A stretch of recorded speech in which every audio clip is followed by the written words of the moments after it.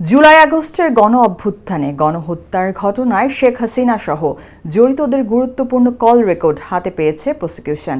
সেই সঙ্গে গুমের ঘটনায় গুরুত্বপূর্ণ তথ্য প্রমাণও মিলেছে। তবে ট্রাইব্যুনালে তথ্য প্রদানে অসহযোগিতার অভিযোগ করেছে প্রসিকিউটররা।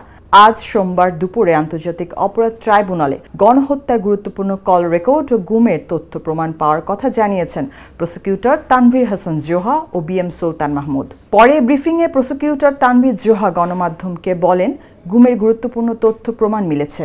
হত্যাকাণ্ডের আলামত গায়েব করতে সব ধরনের আয়োজন করা হয়েছিল। জড়িতদের গুরুত্বপূর্ণ কল রেকর্ড পাওয়া গেছে।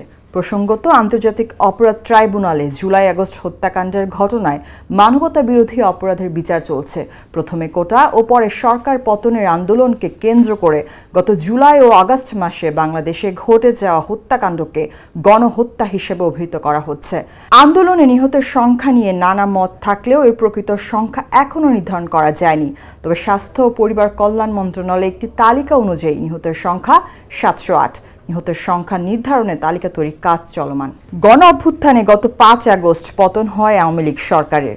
আন্দোলন ঠেকাতে শত শত মানুষ হত্যার অভিযোগ ওঠে তৎকালীন প্রধানমন্ত্রী আওয়ামী লীগ সভাপতি শেখ হাসিনা ও তার ঘনিষ্ঠজনদের বিরুদ্ধে।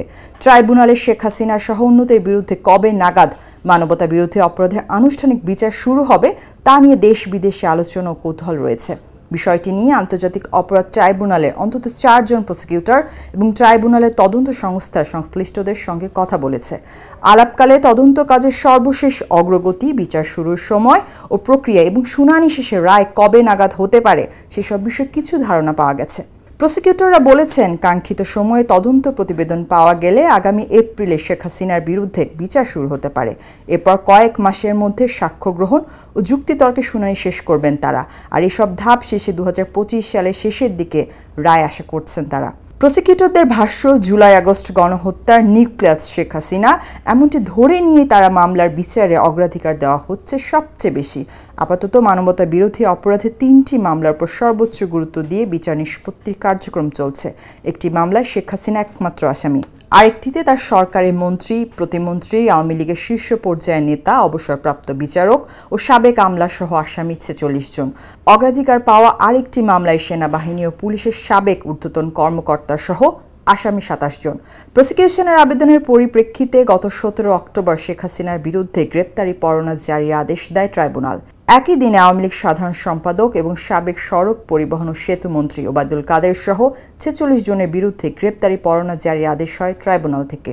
পরোয়ানাভুক্তদের মধ্যে আওয়ামী লীগের শীর্ষ নেতা, সাবেক মন্ত্রী, 14 দলীয় জোটের নেতা, সাবেক প্রধানমন্ত্রী শেখ হাসিনার উপদেষ্টা, অবসরপ্রাপ্ত বিচারপতি, সাবেক আমলা, সাবেক সেনা কর্মকর্তা, ঊর্ধ্বতন পুলিশ কর্মকর্তা সহ 20 জনের বেশি আসামিকে ইতিমধ্যে মানবতা বিরোধী অপরাধের মামলায় গ্রেপ্তার দেখিয়ে কারাগারে পাঠানো হয়েছে। ভারতে আশ্রয় নেওয়া শেখ হাসিনার বিষয়ে ইন্টারপোলের রেড নোটিশ জারি করার জন্য প্রসিকিউশনের পক্ষ থেকে কিছুদিন আগে পুলিশের কাছে আবেদন করা হয়েছে। ওবায়দুল কাদেরও পলাতক রয়েছেন। শেখ হাসিনাকে দেশে ফেরত আনতে না পারলে বা তিনি ট্রাইব্যুনালে হাজির না হলে আইন অনুযায়ী তার অনুপস্থিতিতেই বিচার চলবে। তবে পলাতক ব্যক্তিরা রাষ্ট্র নিযুক্ত আইনজীবী পাবেন বলে জানিয়েছেন প্রসিকিউটররা। শেখ হাসিনার বিচার প্রসঙ্গে তাজুল ইসলাম গত 22 ডিসেম্বর সাংবাদিকদের বলেছিলেন, আমরা আশা করছি আগামী কয়েক মাসের মধ্যে অন্তত শেখ হাসিনার বিরুদ্ধে তদন্ত সম্পন্ন হবে। তবে এটা কোনো চূড়ান্ত কথা নয়। তদন্ত রিপোর্ট হাতে এলেই আমরা বলতে পারবো আনুষ্ঠানিক বিচার কবে শুরু হবে।